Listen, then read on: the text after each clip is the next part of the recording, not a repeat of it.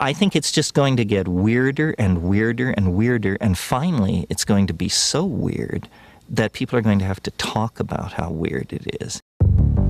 Eventually people are going to say, what the hell is going on? It's not enough to say it's nuts. You have to explain why it's so nuts. The invention of artificial life, the cloning of human beings, possible contact with extraterrestrials, the systems which are in place to keep the world sane are utterly inadequate to the forces that have been unleashed. Welcome back to Forbidden Knowledge News. I'm your host, Chris Matthew. Today my guests are Joe Hodgdon and Brandon Thomas. First, I am very excited about film number 3. It is now in the editing process, aiming for a release roughly 6 months from now. We're having a fundraiser for marketing and advertising, which we were not able to effectively do for the first 2 films. If you'd like to help with the donation, anything is greatly appreciated. We have links right in the description. Any donation of $100 or more, and you get a film credit, as well as a pre-release copy of the film. Also, watch the previous films. Occult Louisiana is on Tubi, Roku, Apple, and a few more. Doors of Perception is on a free streamer called Relay and on Amazon Prime. We are booking guests for April. If you have suggestions or you'd like to be a guest, email me forbiddenknowledgenews@gmail.com. Today I want to welcome back to the show Joe Hodgdon and Brandon Thomas. Joe is co-host of Mysterious Universe podcast and former co-host of Legit Bat. Brandon Thomas is also co-host of Mysterious Universe, former host and producer of Expanding Reality, and founder of Rediginal Publishing. Joe, Brandon, welcome back. How y'all doing? How's it going, buddy? Long time no see. I pause so you can answer, and you pause so I can answer, and then we answer at the same time. That's the way I like it. That's the way we roll. Well, welcome, gentlemen. I love catching up in this ever-shifting reality. Of course, the big news of the day is Trump ordering the release of UFO files. But when you've been aware for any significant amount of time, like we have, you know that all the surface level information and quote-unquote disclosure is riddled with bad theater and seems to be very convenient timing with the release of the Epstein PDF files. I know one good thing for all of this, it's great for podcast content. And speaking of podcasts, we have an exciting announcement. You guys are now hosts of Mysterious Universe. Super stoked about that. But before we get into anything, let's get some quick introductions, starting with you, Joe. How are you, buddy? Good. Thanks for having us back on. And I know your listeners will remember me and my wife from past shows when we did Legit Bat. And that is, it's not defunct, but it's definitely on a hiatus for now. But yeah, we took over Mysterious Universe in December, and it's been an interesting experience, as Brandon I know will echo. But it's we're getting in the groove now, and it's fun. It's a great time. It's nice to not have to really keep up on current events. I mean, we were covering books from the last 100 years, the last couple shows. It's much more laid back. Yeah. Yeah, I've been listening. I've been enjoying it for sure. And it's been fun. Yeah, well, Brandon, tell us about it.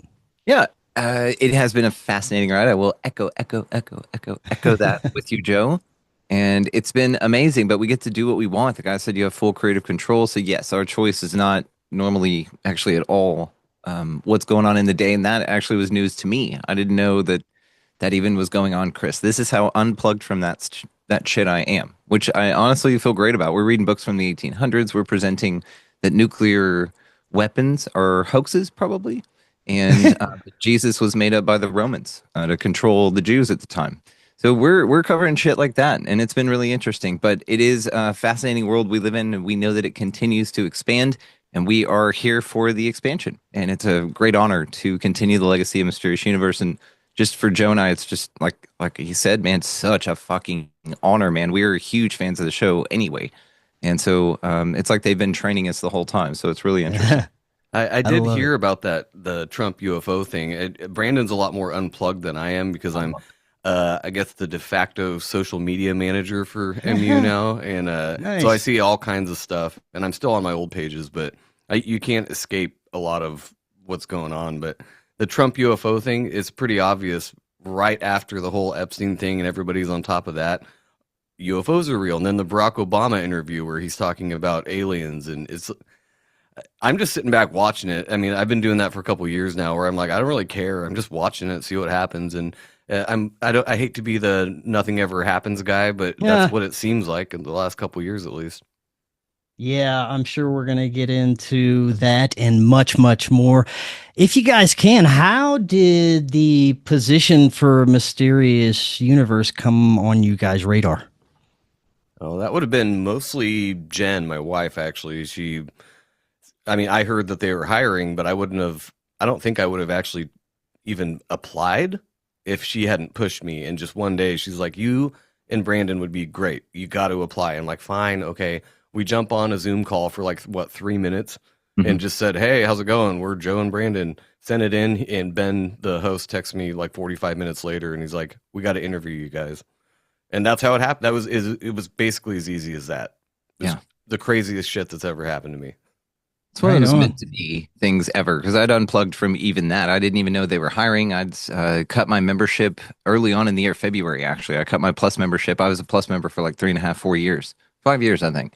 And then shut it down. And so I was just completely out of the loop. And I was at the darkest part of a very dark time that had just been going on for too damn long, it felt like. And so Joe actually had to ask me a couple of times to apply. I was like, man, I'm just not really that interested. Okay, whatever, and I got in a full-time job. I was very just McFucking over it. But he is right, and I'm grateful that we did, and it was an incredible road. Everything about it, too, lined astrologically. Joe, I don't know if you remember, but everything lined up on days ending in the 5s.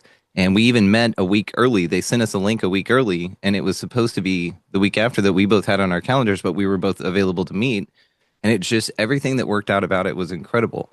And so it's been a long, wild ride to get us where we are. But, man, now it's this incredible groove. And Joe and I both feel it, dude. He's just an amazing partner to work with. Everybody in the organization I respect, and it's just so cool. It's just so fucking cool. The sheer amount of synchronicities that led up to it. And I was going back 10 years with it going, wow, if this hadn't happened, I wouldn't have done this. And then that wouldn't have happened. And it's been wild. I'm still trying to decompress from it all and get used to this whole, it's a new lifestyle. It's a whole new life. I mean, my job that I was a courier, and the company is just going downhill, and I see news on it every day, and it's still going downhill. So I got out at just the right time. There's other things that lined up too, with vacation pay changing, and I got out just in time to get all of that. And it's wild. I don't even know where to begin with all that. Your jump was great because the system's burning to the ground anyway. And so now you're behind a mic talking about it in the safety of your home, with your hoarded toilet paper, of course. You don't have to worry about any of that shit. What's the learning curve like? How different is it from willy-nilly podcasting? You want to take that one? Man, it's different. It's very different. It's great because it challenged both of us in different ways so much. It was really I've got that sort of motto that the universe is just asking you two questions constantly. Who are you, and are you sure? And it was one of these who are you things, and I keep going, yeah, I'm this guy, and I do these things, and I'm great at it. And then there was this thing that came in, and everything, it checks you, and some check really big, and this was a really big check, and it said, are you sure?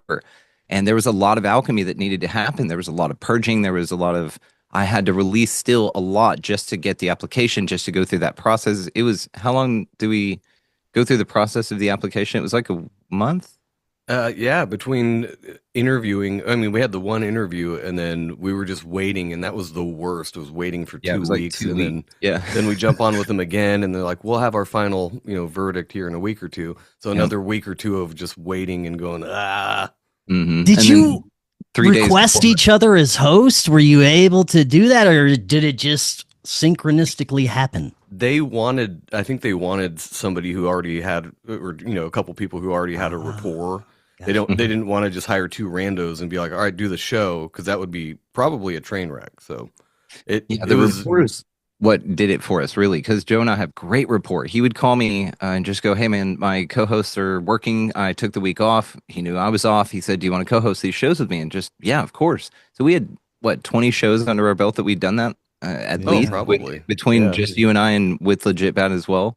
And it was just, we already built. Again, that's a synchronicity. What other podcast host calls you and says, "Hey, I normally have a podcast host. Instead of just doing it by myself, I'd like another host.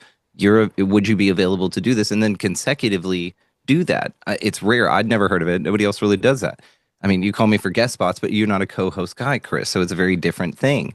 And so this opportunity to build all the rapport was absolutely part of that. They said that, even Ben Grundy said, when we sent our screen tests in, because we sent our mics. So this is part of what you asked also, Chris. It's a very different recording environment. We're doing this from where we are remotely.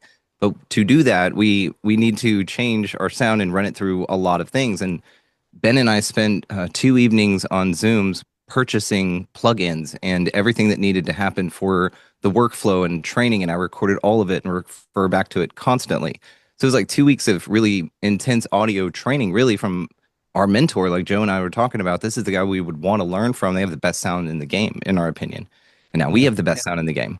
But we sent him our stems for our mic, and then he sent it off to a guy and all this other stuff. So when we did that, we recorded them together. And Ben said that whatever we said in that little 3-minute thing that we did, he goes, "Man, that's when all doubt in my mind evaporated. That's when I knew you guys were just going to crush." And it was just us talking, man. We were just bullshitting. That's really what it's about. As far as the learning curve, it is wildly different, because we came from shows basically like yours, where the show is built on having a guest and asking them questions and getting the guest to talk. And now we're in a show where we're primarily talking the whole show. So that it takes a lot more out of you than you'd think to be able to put together, 3 or 4 hours worth of content every week, record it, and all the back end things. Me and Ben talk about this all the time, about the average podcast listener doesn't understand all the back end stuff, and that's 98% of it. The 2% is what you hear on the recording. Everything else takes the rest of the week to actually get it out. So, but it's been fun, and we're getting in a well-oiled machine now, and we have the best help and mentors in the world. So it's been great. Reached out to him last night with an opportunity in disguise. I said, "Hey, man, I'm hearing this in the audio. Here's the samples that I've got." He sent it. He called me immediately. He goes, "Yeah, man." And he's in Australia. It's tomorrow for him. And so he was just like, "Yeah, man, this is it. We're just going to omit that from the chain. Use this instead. Here's your fix." And it was immediate, done, over. It's really, really cool. But yeah, like he said, it's been interesting, because for us, the way that I compare it is, we're both artists. But before this, we've been doing sketching. We've just been sitting down with the guests. They've been talking for, carrying the weight, if you will. And then now it's like, now we've been asked to paint, and we'll figure it out. It just took us a minute to dial in the medium. Like Joe said, man, we're rolling now. So you guys definitely check it out. I'm so happy for you guys. That's amazing. You do what, 2 shows a week? Technically, it releases as 2, but really it's 3. So we do a Tuesday release and an extension for the Plus members, which is for the Value Exchange audience. And then we do a free episode on Friday. Now, all of that is about an hour to an hour and a half each presentation. And it's either, and we're doing 3 basically presentations a week. It's just the Friday show is 2 of them, but one of them is for the Plus members. So Tuesday and Friday extension for Plus, and then a Friday free show for all the muggles, the barnacles, who should totally sign up for Plus, because you guys get that. You get the guy's new show, Inescapable, up through April 14th. You get both shows for the price of 1 membership. So definitely check that out. That's the deal of the year right there. It really for is. That much content for like $9 a month. I mean, really. We're doing tons of shit. There's so much stuff we really do save for the Plus stuff, because we don't do it for the free audience, and it's for a lot of reasons. But there's stuff like the nuclear hoax. That was awesome. That was a 2-parter that we did in all Plus stuff, and we broke down Tam Cheville's work, who you should totally have on. She has a book called Hacking Hoaxes, and it's all about point by point, the science, all of it, about nuclear weapons and how they're full of shit and don't exist at all. And then that leads you to questions like, well, what are they doing with the underground facilities? All these nuclear sites are underground, and what's that about? And then, are the rockets underground in these silos that they have, that we've seen images of, rather, are those like monuments to Osiris, these giant phallic obelisks that are now just temple monuments raised underground in a new technological form? So like these robo-dicks, right? So what's going on with all of the underground stuff if nukes don't exist? And you can remove the fear of some government deciding that the world gets to die from a nuclear winter over the next few thousand years and just never exist again because he just gets pissed off at somebody. Like it's silly when you think about it, but we don't do that stuff on the free shows. We do it on the plus shows. So you guys come check those out. It's really a lot of heart. We let our hair down. Yeah. Oh, well, I tell you what, I definitely have a new exercise time show that I'm listening to, Mysterious Universe for show. So that's amazing, guys. Everybody go check that out. Let's get weird. Yeah. As far as what I mentioned in my intro, I always have at least a couple of toes in the mainstream information that's flowing about, but a lot has been happening, and what once was conspiracy is now true. I'd like to get you guys' thoughts on how everything has been unfolding as far as much as you've been paying attention to, maybe starting with the whole Epstein files. Yeah, the fact that they came out all redacted is no surprise to any of us. And it is funny to see the so-called normies all of a sudden on board with what was 6 months ago a conspiracy theory. I thought the other interesting thing was this human garbage Pam Bondi decides that all of a sudden the files do exist again. After what was it, a year or so ago, she was saying, "Oh, they're on my desk, they're ready to go," and then a couple months later saying, "Oh, actually, there is nothing. You guys are crazy." Trump was downplaying it. Well, why are we still talking about this Epstein guy? Then all of a sudden they drop 3 million something files. Like what is this game they're playing? I mean, we know, but to the average person who isn't crazy and weird like we are, what are they thinking? I don't even know, because I don't pay attention to what these people think anymore because it's just so retarded. Any thoughts, Brandon? Yeah, I got a lot of thoughts. I see it as the ocean, right? So it's the sea. I see these things as a big game out there to erode the nonsense that's on the shore, that needs to come in the water, that just hadn't made it in the water yet, that knows it's scary and knows that it's challenging, but really this realm's about surfing. And so for those still clinging to the rock faces, they need a sea to come along and bat them so that they can be knocked off of those cliff faces and into the water, and that's a scary process. Mine was several things. Mine was psychedelics. That was one of those things that slapped me off of the cliff. Finding out that politics wasn't what it was. Someone really showing me how to read between the lines of narratives was huge, and it happened early. Contracts in music, things like this, are these laps of waves that knock you off of this ideal existence. From above, it looks great. You're like, oh my God, it's a beautiful, picturesque ocean. There's a lot of cool things going on in it. But really what's happening is I feel that the energies of the day, if you will, all of this Aquarian energy, there's definitely electromagnetic changes occurring, Schumann resonance. It depends again on your worldview and how much of this you're following, but it all ties together to show that the realm is changing, and we are either changing with it or we're not. And the sea gets really, really rough to knock those off of the wall who haven't decided to jump in the water yet. We've all decided to jump in the water, and it was terrifying, and I know you guys have your stories too, and we dive in deeper water once in the water. So there's still more water to go. Waters on waters, right? But Trump is, and this is those things. There's some stubborn plaque on the walls that's got to be knocked off. And so it's done so by spectacle, and it's done so by ridiculousness, and it's done so as the system collapses to not be what it was promised to be, which we have discovered for a myriad of reasons along the way in our own ways. But for those folks, this is what they need, and this is their part on the hill. And that's why I don't listen to it, because it doesn't apply to me anymore. It's like I'm already in the water. I don't need to. I know it's a game, and it's like arguing if Iron Man or Hulk is stronger or who would kick whose ass, right? That's how I see it. It's not real, but there's a lot of people out there who think it's real, and that makes it real, right? So it's challenging, but that's the way I feel about it, to be real.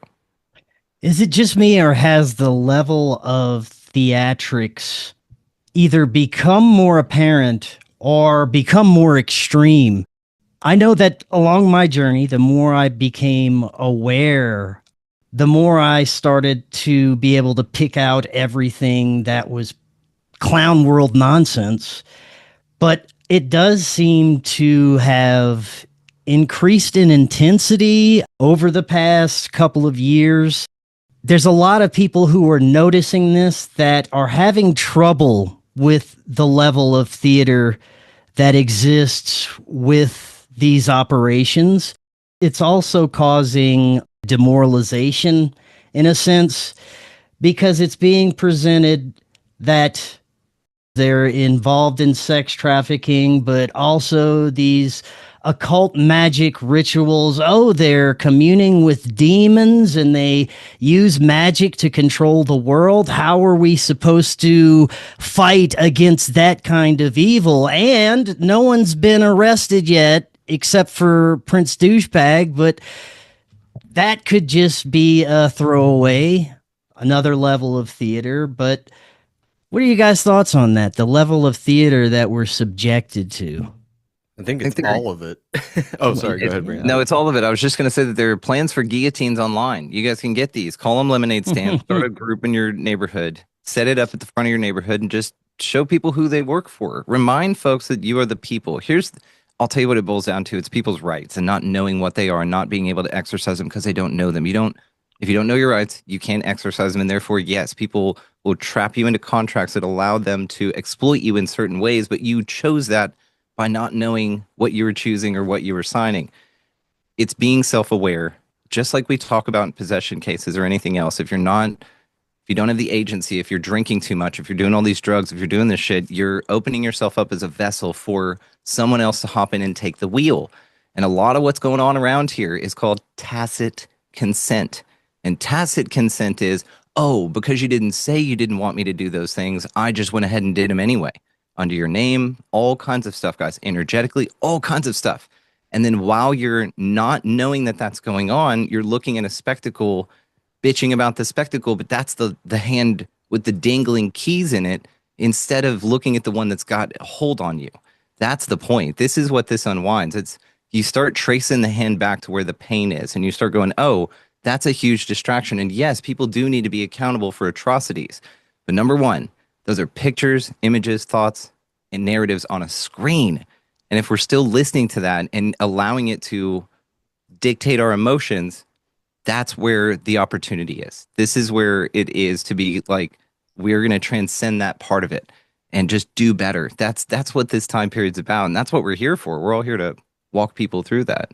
And kind of like you were saying, already being in the water, I think a lot of the theatrics and the absurdity that happens is to, whether intentionally or not, it's everybody wakes up at their own time and in their own way and under a certain category of nonsense that happens. So I think this is just the Epstein thing especially is just another vector that's being used, like I said, intentionally or not, by the parasite, the lizard turds. And it's hard to figure out if they're trying to make people wake up and if it's a good thing, or if they're just losing their grip of their assumed control, and people are starting to say no, and we're not being a part of this anymore. I mean, there's a whole movement now to not pay taxes. There's a whole tax strike thing, and it's coming from both sides that I can see now. And it used to be more of like we're not paying taxes because Biden is blah, blah, blah. And now it's the left. Oh, we're not paying taxes because Trump is a PDF file. But now it's almost everybody coming together and going, why are we even doing this? This is theft, first of all. And we're taxed 20 times on the same dollar. And for what? To send it to Israel? To send it to Ukraine? Like, we're done with this. We're not.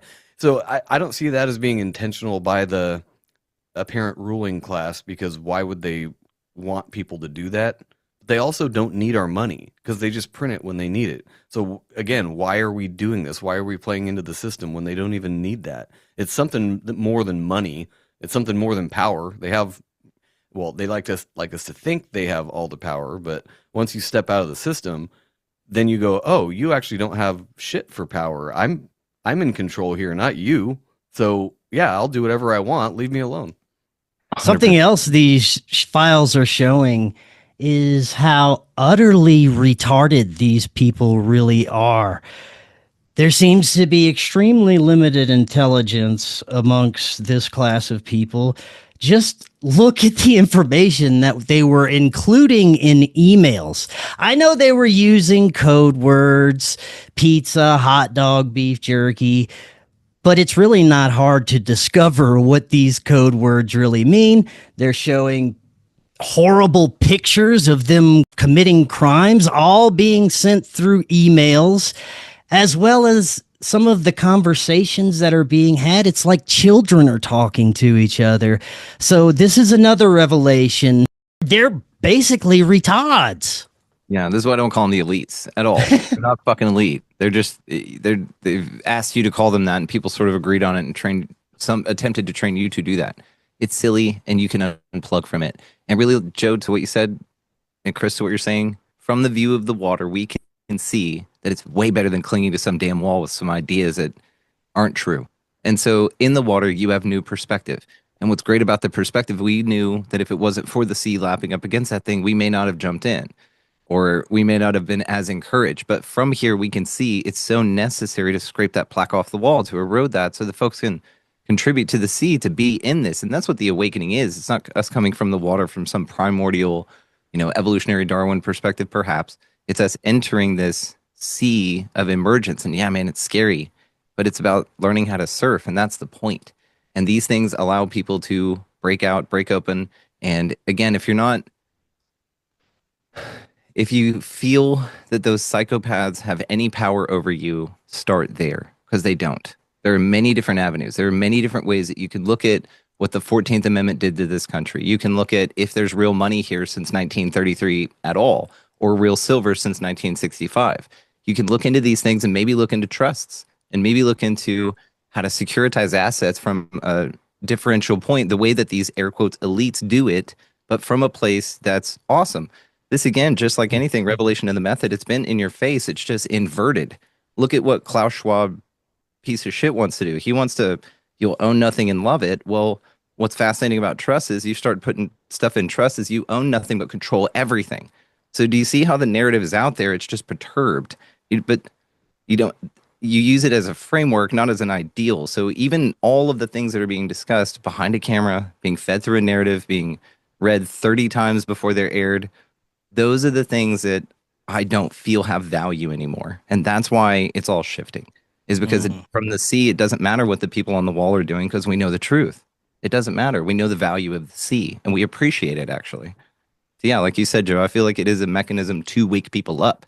And it's psychotic on purpose, Chris, because if it wasn't, people wouldn't, they understand and sort of awaken at like a 5th grade level, right? And so you've got to really dumb it down, because think of all the dumbing down that's occurred. Now they got to drag those fluoride-ridden pineal glands out from the depths in which they were plunged, and that's not an easy task. And we thank the sea for doing it, and the folks who are, choosing that path. Yeah, and using things like trusts, and I'm going to be learning a lot more about this in the coming months, but I know Brandon's a lot more on top of it. It's using their system, not really kind of against them, but it's operating outside the system, but using the tools that are available to, I guess, use the system the way we're supposed to. And that's the thing that they definitely don't want us to know, is that, yeah, you can operate within their system without really being a part of it, and use what they give you against them. And it sounds crazy. They don't want you to know this. They really don't, because why would they? Because then you're free. And they think that being in the US, you're free. No, you're not. You're a slave just like everybody else, until you stop operating in that system, but use the system to your advantage. And like I said, Brandon knows a lot more about that than I do. Well, I think from a conscious level, you're absolutely correct. And I think that if they are part of a system, that this is a game, that this is a sort of, are we waking up together? Who are you? Are you sure? Then they would really need to be able to play their role convincingly. They wouldn't be actors pretending that that's what's going on. They would be absolutely convinced, either AI or a race of things that are just absolutely, this is what's going on. And the two have been dropped on a planet or in a realm, and then they go. And then what happens, And so they would be utterly fighting to the death. But this is the throes, and we can all see it. With the shifts, we know astrologically, Age of Aquarius, again, everything's changing. It's a fire sale. That's what you guys are seeing. It's a fucking fire sale, because everybody's going down, everything's done. But this is also the fire that's igniting to wake everybody up. Astrologically, last time this happened, big revolutions, huge revolutionary changes. So this is the time period in which those things happen, and they happen through change. It's either, Mary and I were talking about this earlier, she brought up that it's either the companies, because if you find out who all these people are, the system collapses. which great. That's what we all want, right? But if the system collapses, that means no food, famine, poverty, all of these things, because there's no system like UBI, which was promised to replace it. So yes, we all want it burned to the ground, but to do that, it's going to be true fire. And that's the season in which we're in right now anyway. And so again, if you get all these people riled up because of something they're seeing on the news, especially something they're emotionally invested in, like something horrible happening to kids, then yes, this is the time period to do it, because it's all being burned to the ground anyway, and they know that. So my real, true, honest recommendation, turn it the fuck off. Go outside, get some fresh air, play with your dog, play with your family, learn a new skill. I'm doing leather work. Do you guys know this? I built this magnetic thing over here in slings for my speakers instead of finding out what was going on with the news. I'm saying, maybe do something else, Can make us a GIMP outfit. I can actually. What size are? I need your measurements, mostly your cock measurements. I'll still send them over. I need both. That's the evil genius of those, that they have everybody convinced that you need government to exist. Not everybody.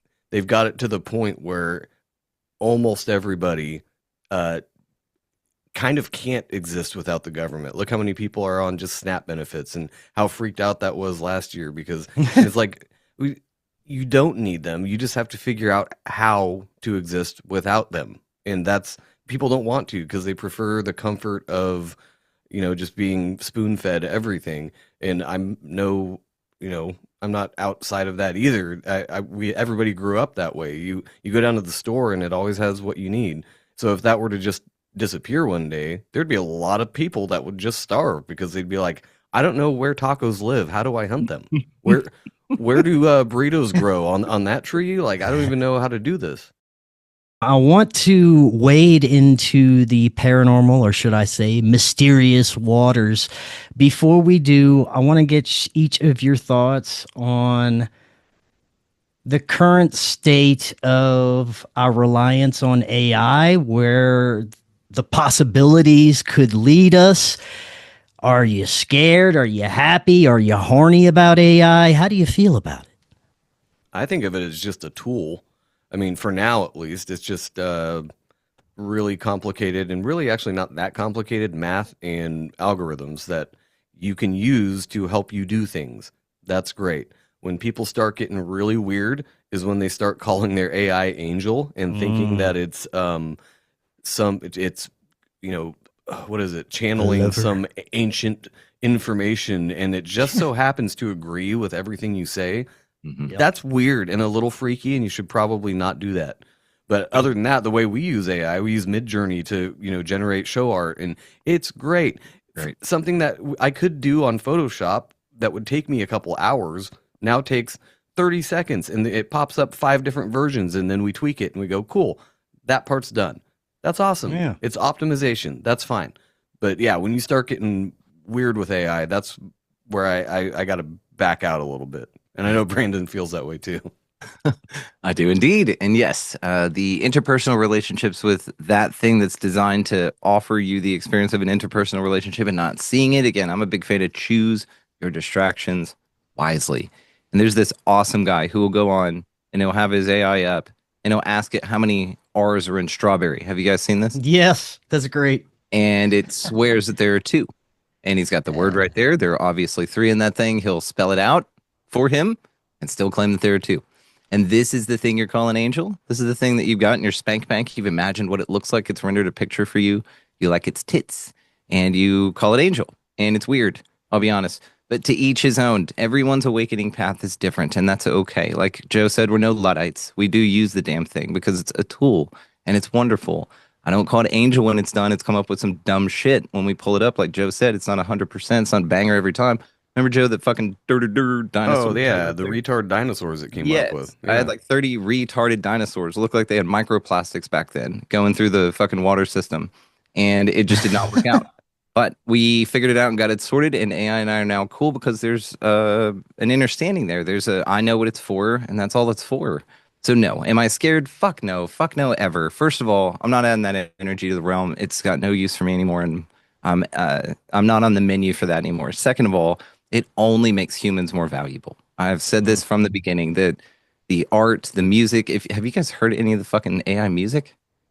Yeah, some of it's great. Some of it's like, it sounds like every other AI song. There's Zero soul in it. Zero soul. No human quality, which is what this realm offers, is human quality. There are digital assistants and tools that help us do that. Like putting a gain on your guitar, man, that's fucking badass. But you still got to have a Jimmy Page to wiggle the strings. It's a marrying of that, and that symbiosis is great. I'm not interested in any outsourcing for sure, and especially art or something like that, except for our show art, which we really love, by the way. It's really helpful. And it's fun. Yeah. But on a real world level, like the resources that AI sucks up and building all these data centers and everything, that has, well, what they tell us has real world implications for water and resources and all that. And maybe, but do we really need all that? I mean, what are you doing besides Palantir? And we know that's a big scary thing that they're trying to put in our heads too, is that Big Brother's going to be watching every time you touch your pee-pee and every time you take a deuce and every time you walk outside. They're going to know you're there with the Ring doorbell thing from the Super Bowl. I mean, and I don't doubt that they do. I don't find what I do that interesting, so I'm not worried about it. But that's the catch too, is that, oh, I don't have anything to hide, so I don't care if they look at me all the time. Like, that's not the point. The point is that if they want to fuck with you for some reason, they can do whatever they want. They can pull up anything and make it look like, especially with the AI videos now, and it's getting harder and harder to tell what's real and what's AI. Then you start asking, how long has AI actually been around? How long have they had way more advanced AI, and maybe half the things that have happened in the last 10 years were all just generated on a laptop somewhere.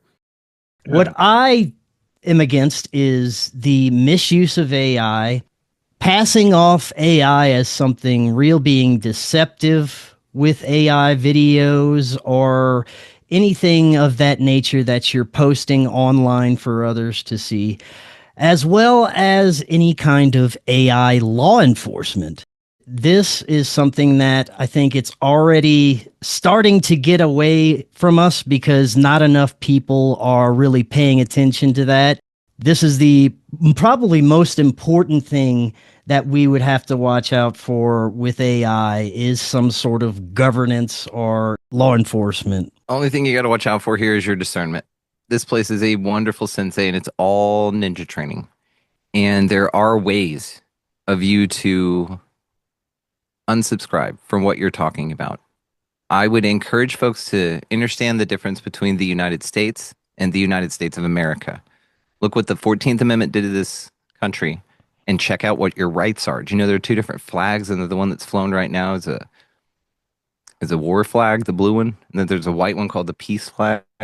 And really, we're probably in some sort of martial law since the Civil War, and that's where your rights are going, guys. But it's not knowing that, and it's not knowing that there is another system here. There is a republic rather than a corporation.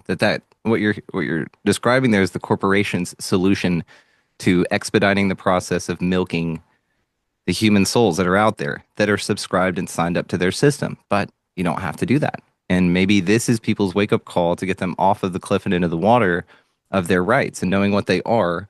There's a Bill of Rights. There's a Constitution. I highly recommend everybody just pick up a copy. It's not expensive. And just go through it. Check it out. And maybe just do one a day. Do 1 week. And just memorize it. And just until you learn it, come up with a little fun way to remember all of them. And just know your rights. If you don't know them, you can't stand on them. And what's occurring a lot right now is what Joe is describing. It's called tacit consent. Again, you described it perfectly. Oh, well, we didn't object to it. Therefore, they found it was fine. Oh, my penis is in you. You didn't say anything. I just fucking went for it. There. That's the stake of it, but that's what's true. And so this is where discernment's important with the AI, seeing that it's probably AI and maybe getting off of that shit altogether and just removing ourselves from social media and doing something else. Again, a hobby's great. Clean out that little drawer in your kitchen. It's got the batteries and scissors in it, and maybe something else. Improve tend your garden, I always say. Yeah, I think a lot of going back to the absurdity in theatrics is making all sides so fed up with our current system that they're going to beg for this AI governance, and it'll solve everything. I mean, Musk is coming out with his X money, and he wants that to be like every financial transaction is through that, and AI judges, and just the more that they slip these things in to every little facet, the more people are going to go, oh, look, this is way more fair and just because it doesn't have a human bias involved. it does, because the people who coded it have inherent biases, and we've seen that with ChatGPT. And you ask it certain questions about certain countries, and it refuses to answer. But you can ask it about all the other countries, and that's fine. But there's just that one that it won't say anything bad about. So you're telling me AI doesn't have a bias? That would be interesting if we had an AI president. And I think there was over in maybe in the Middle East or Asia or somewhere, there was like a mayor or maybe a governor or something that was just AI. I mean, they've already, and then it makes you wonder, like I said before, like how long have we just had fake clones or robotic humanoids running stuff, and we just didn't know it the whole time. Lizard-turds. That's what they are. Yeah. Well, let's get weird. Let's dive into the high strangeness waters. In my intro, I mentioned the UFO quote unquote disclosure. Like my sign back there, I want to believe, but I've been in this game for too long, and I know how much of this is really fake and gay. But I really would love if they had a galactic federation with med beds and jump rooms, and I could take a trip to Mars and we can battle the Pindar and the reptilians together. But fuck those Pindar. I'm not so sure about all that. There are many people who really, really are. There are many people who have claimed to have had these experiences. But as far as the mainstream disclosure, I really wouldn't count on anything coming out of that. But you guys are focusing more on the high strangeness areas with Mysterious Universe. And I know myself, I have an ever-changing and evolving thought about what extraterrestrials could be, what people's experiences are, what my own experiences were. And I'm sure it's the same for you guys, ever changing, ever evolving with new information. Where are y'all at with the old UFO narrative? You want to go first? Man, you know what? When he started talking about this, I was thinking about that book you covered, The Cellular Cosmology of Cyrus Teed. And I was just thinking about that inner earth thing, about how just so many concepts around, we don't even know where we are. And yes, it is important to those who say, well, who cares if it's floating around? It matters. It matters. If you give a shit, it matters. It's interesting to think of then flipping the thing inside out and then thinking perhaps this is a permeable layer that's just being entities have a come and go at. And they're part of the show. They're part of the experience. This is a means of the sea lapping you off the wall and getting you into the water. This is another artifact of the realm, if you will. Now, like you, I'd prefer to believe in something dope, something cool, but the realm and the narrative has let me down. I mean, we can go through the list if you'd like. Nukes, Tonkin, all the wars, any of the history. You've got NASA, all the moons, the British, NASA in general, any of the cool things, NASA, dinosaurs. You've got all these things that I was just so fucking pumped about as a child, and now have gone through the butthurt process. We've healed that little boy, and we've told him that something better is here. And maybe it is this, and maybe it is aliens and all that. I don't think it's going to be coming from the mainstream narrative. And whatever comes out of their mouth about it, if you turn around 180 degrees, you'll probably see the truth. That's usually my motto. Yeah, and like Chris, I'm a big sci-fi nerd. I would love the Star Trek future and the replicators and the med beds and all that. That would be great. I would love to hop on a starship and go see what they call Mars. Like that sounds great. I just the more and more that I look at everything, I think we're in a closed system here. I don't want to say a way to escape. I just think it's a terrarium of sorts, and that doesn't matter if it's round, flat, donut, pyramid, whatever shape. That matters less than the fact that I don't think we can leave here unless a certain I don't know, level. I hate using the new age terms so much, but you know what I mean. You reach a certain level and then you graduate out of this place, but I don't think you can leave before then. And everything you see from, telescopes or these probes and all that stuff, I have no way to prove that that's what's actually happening there or what they're actually looking at, what we're looking at in these pictures, so-called pictures. And so I don't have any proof one way or the other that it is or isn't. I just feel in my gut that we can't leave this place as we are, like in human form. So as far as UFOs and shit go, I think that's either man-made stuff, maybe a breakaway civilization that's, 100, 200 millennia ahead of us, who knows? But as far as like beings or entities, I think that's all, for lack of a better word, interdimensional, out of phase, on a different frequency or vibration or something. And we've talked about that with even Bigfoot and Yetis and things like that. They have a physical part to them, but there's also something that's metaphysical about them, and they're almost like an in-betweenus. And we're fully solid, except for our soul or whatever you want to call it, but they seem to be able to phase in and out at will. So I don't think they're coming from other planets. I don't think they're coming from other spinning rocks in space and jumping on spaceships, coming here and putting things in our butt. I just don't think that's what's happening. So like Brandon said too, the more that the mainstream comes out, or even the president, and says, oh, these are real. It's like, yeah, they're real in a way, just in what way? We don't know. Joe, you mentioned that you believe we're in a closed system. This also relates to a emerging mentality about the nature of reality that I've noticed with many. Brandon and I have discussed this quite a few times. In fact, we both went through a short period where our thoughts somewhat aligned on this, and that is the prison planet mentality that archonic beings rule the realm, even the afterlife, that you're met by deceptive beings that are disguised as your relatives, and they spank you and send you back and tell you to do it all over again so that they can suck out your loosh the whole time. I have come to a much different perspective about things. I do know that a lot of people are adopting that mindset because of a lot of the revelations. You look around, everything seems to be disgusting and controlled by PDF files, at least the systems that we're subjected to. What are you guys' thoughts on this emerging Gnostic belief? I think it's just a bummer way to think. And whether it's true or not, like it is how you think about it. And we've gone over this on a lot of episodes, that if reality is what you make of it, then they would benefit from having you think that that's what is happening, is that archons are in control and that you can't leave and you're recycled and put back in the matrix. And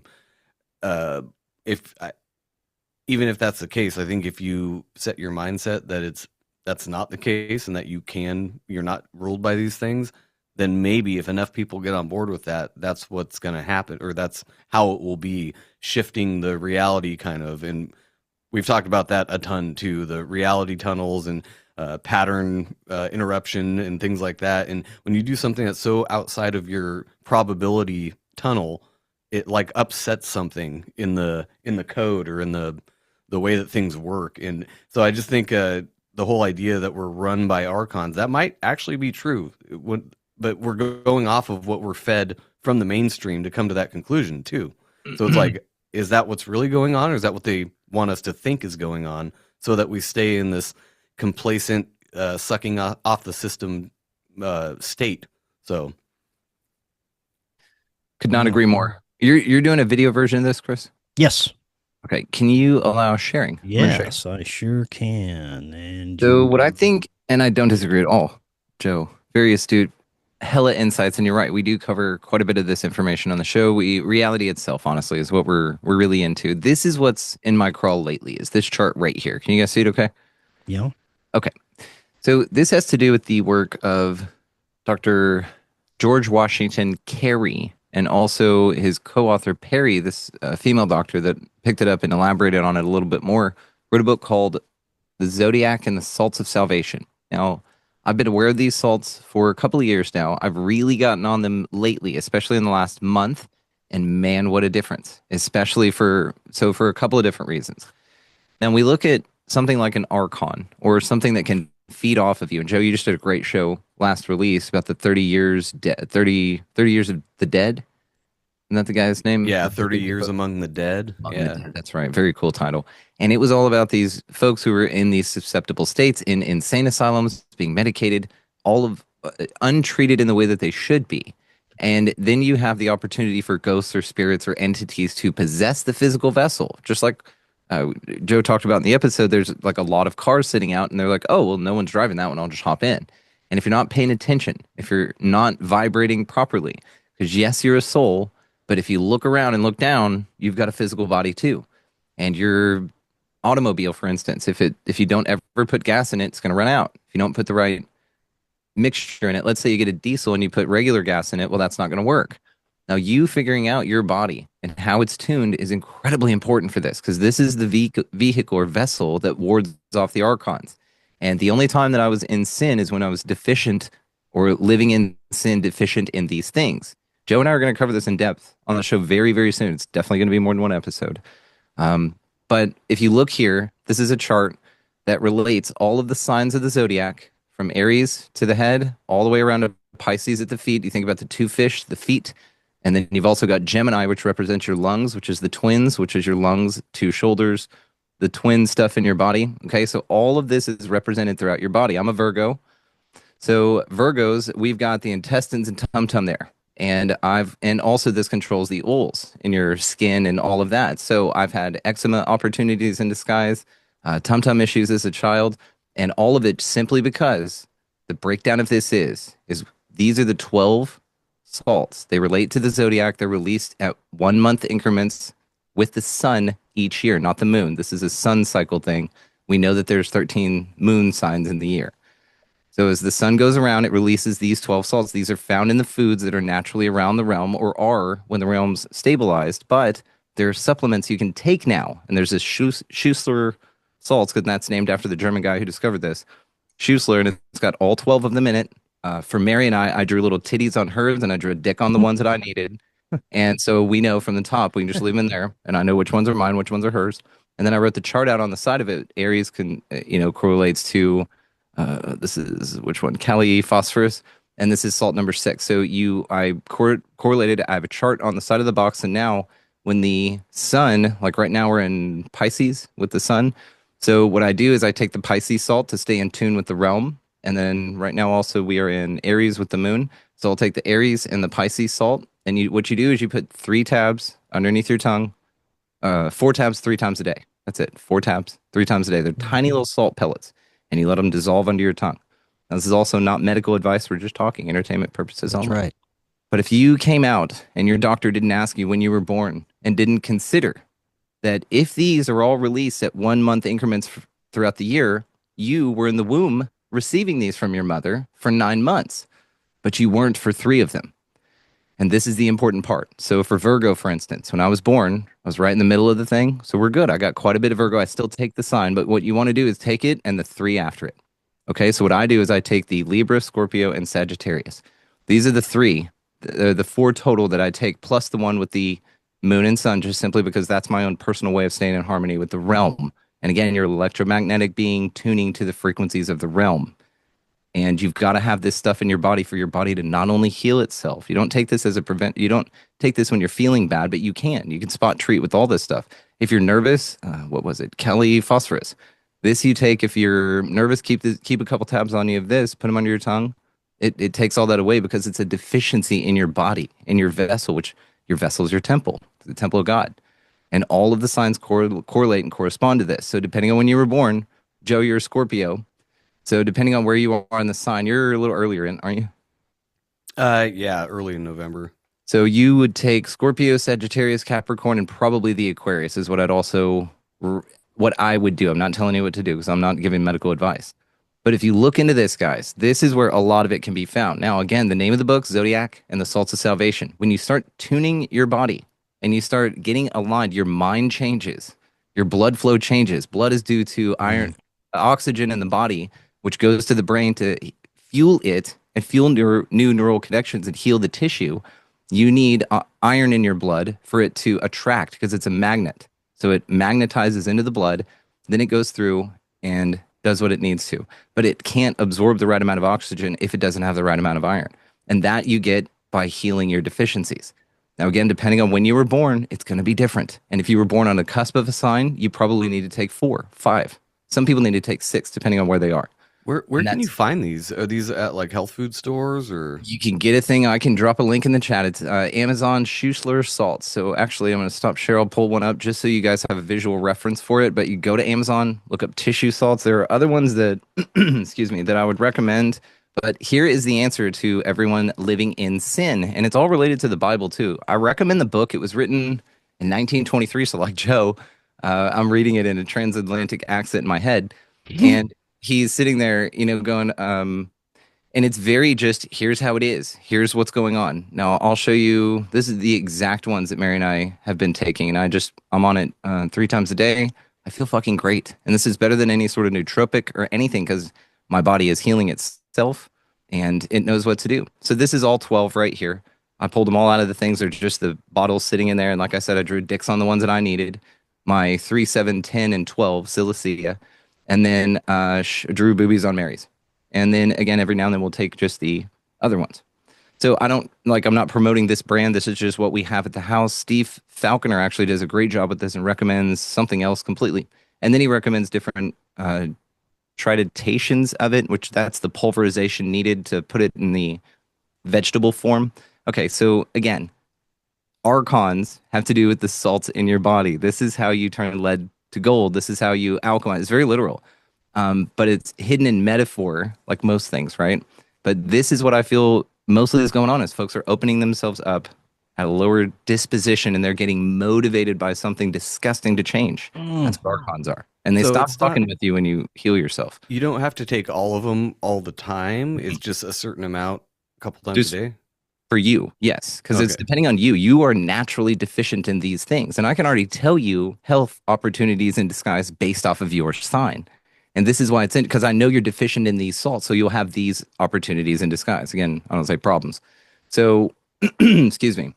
This is why if doctors aren't looking at your birthday and going, oh, wow, you're a Taurus. So that means you're deficient in Kali Sulf, Kali Myrrh, natrium phosphoricum, like all of these things. If they don't know that and don't offer that to you rather than anything else first, leave.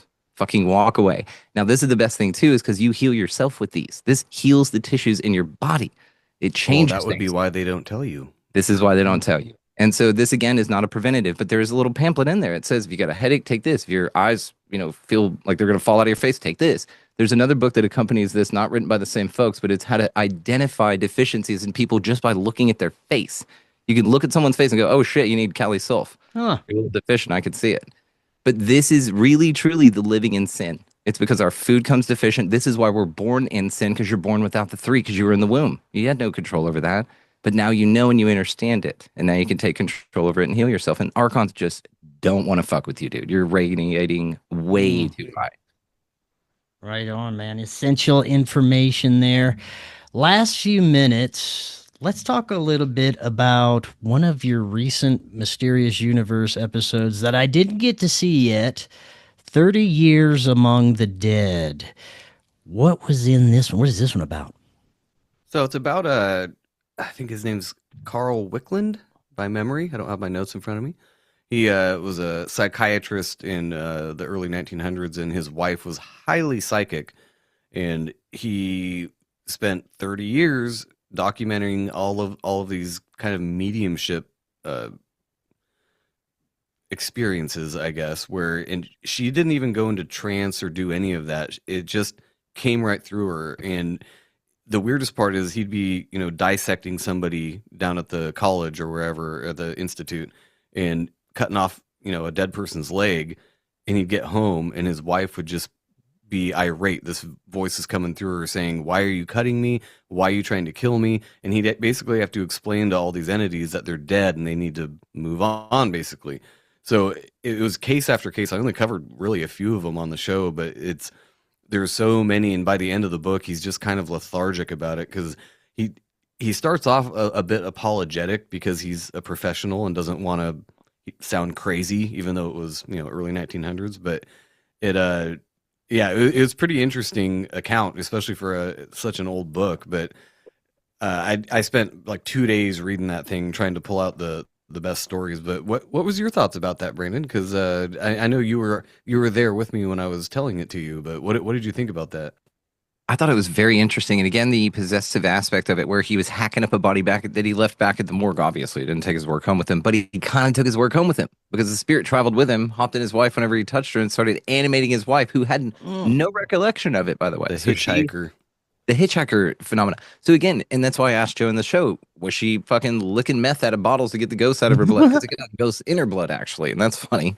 But was she drinking a lot? Was she, were they stressed out? Like, did her dad just die? There are all these interesting factors that you've got to ask what's relevant to damage the disposition of this individual so much where they allow something like that. So it's twofold. Yes, the dude, but also the guy himself never got possessed. He was a host, not a carrier. So he would take it to somebody else. They would then, usually his wife or this Anna chick, and then they would animate the dead crazy person. And then it would be weird. It would be very, very weird. And this was 30 years of this guy's experiences of this. And yes, he started very apologetic.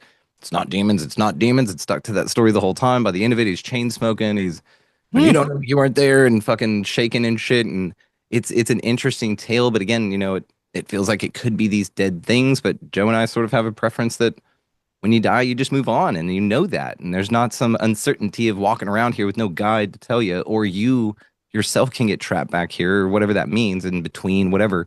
We'd like to think that that's probably something else. And I'd like to think a psyop.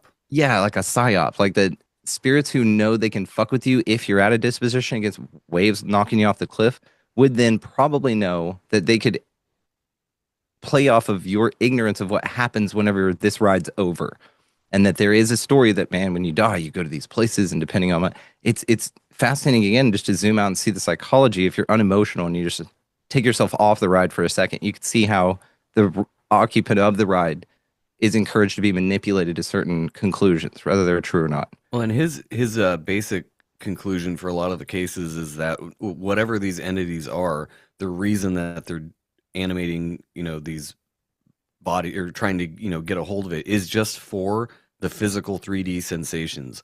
Like the chick whipping her titties out, it's like, it's I told Ben about that on our call. That was his favorite part. The guy that wanted tobacco or a drink or a smoke or whatever. It's just because you can only do that here in this physical plane. So these discarnate entities, whether they're low-level demons, devils, whatever you want to call them, we're the only ones who get to experience this stuff. So they're like, well, I got to jump in this open vessel right now, because then I can drive it around like I stole a car and do some GTA 6 on it, and just for the hell of it, literally just for that. And I think that's a pretty grounded way to look at it. Your wife gets animated by some crackhead drunk that starts punching hookers because he does think that it's GTA 6, and you don't need that. How do you explain that to the cops? Maybe she beats you up and it's some sort of domestic violence thing. But again, how do you explain that? What it did for me was it reinforced the concept of agency, where you really need to be mindful of your thoughts, choose your distractions wisely, tend your garden, clean out that goddamn drawer with the batteries and the scissors in it in your kitchen, guys. I'm telling you, it'll change your life. Those things, it's simple, very simple. It goes back to the question, what are we really dealing with here? What are people really communicating with? I did a show just the other day called Grandma's Ghost, or Archonic Parasite. And my guest, Aman, was great. He's a paranormal researcher, and he basically came to the conclusion that most of people's experiences with either channeling or spirit communication is some kind of trickster-like entity. What exactly it is, I don't know. And it makes me question, is it even possible to communicate with Grandma's ghost, or is it always something else? And this is what we say about when you die, right? Because when you die, Joe's done a great job on some after near-death experiences. It's still my favorite title for any episode. We were sitting there uploading the thing, and I was like, what do you want to call this one? And he goes, BRB dying. Yeah. For the fucking near-death experiences, meaning you died, you come back, BRB dying. I fucking love it. Be right back. In that, though, you're greeted. There's a welcome party. And it usually includes grandma. And I've been a big proponent of throat chopping that thing, posing as your grandma for a long time, man. Throat chop grandma, turn around, find the fuck, don't go to the light, all that. Maybe. Do what you want, not advised, entertainment purposes only. But it does seem to be that something knows a lot about you. It pulls on your strings. It's because, again, it's all rooted back to those two things. It says, who are you? Are you sure? It says, are you dead? Are you done with this place? Are you sure?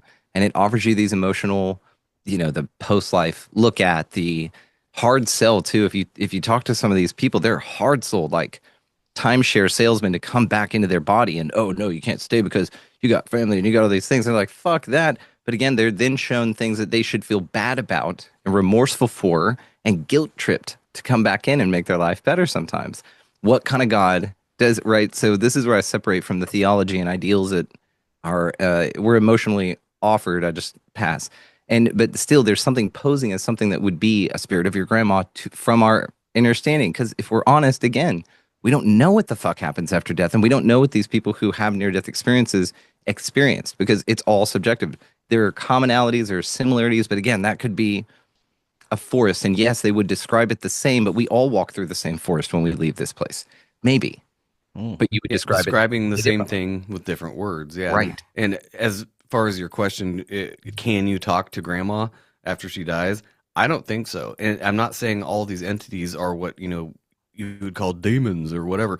It could just be as simple, and it kind of overlaps with the time slip thing, where it's an out of place, out of time, different phase, different dimension, that just, or somebody dreaming in a different dimension, and that's their dream, is they pop into this body for a bit and they're like, wow, that was crazy, and they wake up and tell their husband about it, and they're like, it was me, but it wasn't me, and you were you, but you weren't you, and you know how dreams go. And so it could be something like that too, where it's just out of phase entities that just pop in for a second, and then they're gone, and we take it as a ghost or as a demon or something. And it could be simpler than that, but like Brandon said, we don't really know, so that's why we talk about these things. No clue, but we're having a blast talking about it, man. We really are, because it just expands. You'd think that after how many years we've been doing this, that it would get older, that we would have covered it all, and that's absolutely not the case. We're saying we're not even scratching the surface here. It's just everything was set up for context to just put it together for the next level of the puzzle, for the next level of the game. And it's great. We're here for it. Right on, guys. I love you guys. Thank you so much for coming on. Any final thoughts? And also plug your stuff. My final thoughts would just be, just tend your own garden, like Brandon always says. Just if you want to relax and not be anxious about things going on in the world, don't pay attention to it. And it's not so much sticking your head in the sand, because a lot of people, if you don't vote, if you don't pay, you're just uninformed and you're sticking your head in the sand. No, I'm just taking control over things I can control. And it's like the serenity prayer, like I can't change this, so whatever, it's going to be whatever it is, and just live my life.